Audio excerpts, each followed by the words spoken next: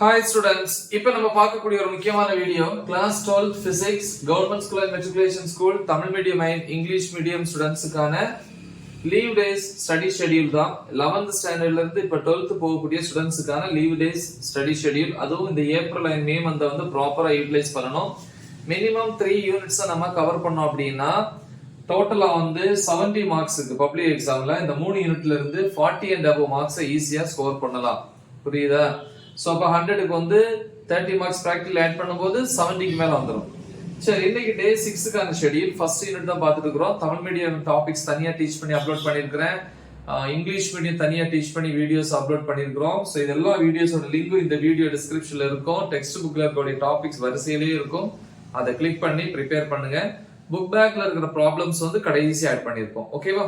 சரி, இந்த டே 6ல வந்து பாத்தீங்கன்னா மார்னிங் அல்லது ஆஃப்டர்நூன் நீங்க எந்த டைம் வேணாலும் யூஸ் பண்ணிக்கலாம். சோ இந்த டைமை மட்டும் ஃபாலோ பண்ணிக்கோங்க.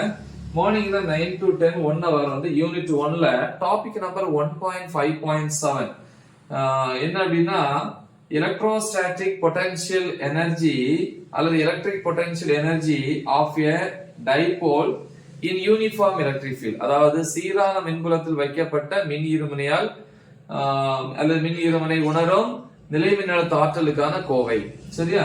அப்புறம் எக்ஸாம்பிள் எடுத்துக்காட்டு 1.60. அடுத்து 10 to 10:15 15 மினிட்ஸ் வந்து பிரேக்.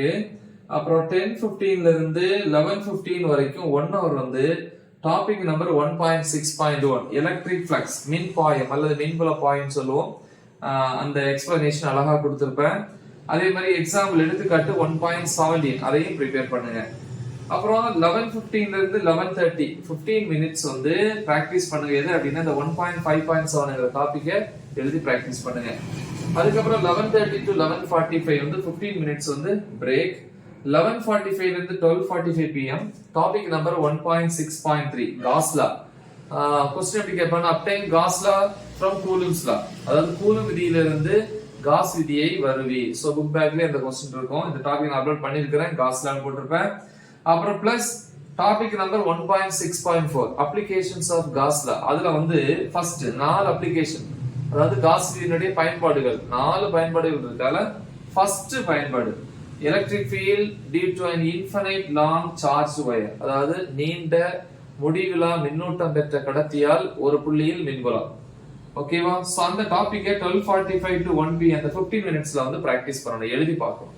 எழுதி பார்க்கிறது முக்கியம் இல்ல, கரெக்ஷன் பண்ணி பார்க்கணும். ஓகேவா? சோ முக்கியமான ஒரு வீடியோ. நல்ல தெளிவா பிராக்டிஸ் பண்ணுங்க. மறக்காம இதை உங்க ஃப்ரெண்ட்ஸ்க்கு ஷேர் பண்ணுங்க. All the best. தேங்க்யூ.